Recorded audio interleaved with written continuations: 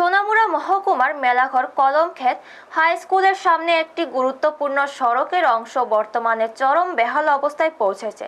স্থানীয়দের অভিযোগ, পাইপলাইন মেরামতের পর রাস্তা ঠিকভাবে সংস্কার না করায় সেটি এখন ভয়াবহ ঝুঁকিপূর্ণ হয়ে উঠছে। কিছুদিন আগে এই সড়কের নিচ দিয়ে যাওয়া একটি কৃষি সেচ পাইপ ফেটে যায়।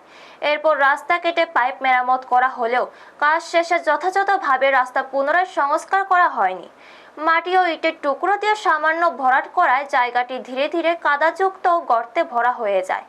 বর্তমানে সামান্য বৃষ্টিতেই ওই অংশে জল জমে কাদা তৈরি হচ্ছে, ফলে পথচারী ও যানবাহন চলাচল প্রায় অসম্ভব হয়ে পড়েছে। বিশেষ করে স্কুলের ছাত্রছাত্রীদের জন্য এই পথ এখন অত্যন্ত বিপজ্জনক হয়ে উঠেছে। স্থানীয় বাসিন্দাদের অভিযোগ, পাইপলাইন ঠিক করা হলেও রাস্তা ফেলে রাখা হয়েছে। বৃষ্টিতে চাকা বসে যাচ্ছে, বাইক থেকে পড়ে যাচ্ছে মানুষ। স্কুলের বাচ্চাদের জন্য এটা খুবই ঝুঁকিপূর্ণ। পুরো রাস্তা যেখানে ভালো অবস্থায় রয়েছে, সেখানে ঠিক মাঝখানের কয়েক মিটার অংশ ভয়াবহভাবে ক্ষতিগ্রস্ত হয়ে পড়ায় যাতায়াতের বড় সমস্যা তৈরি হয়েছে।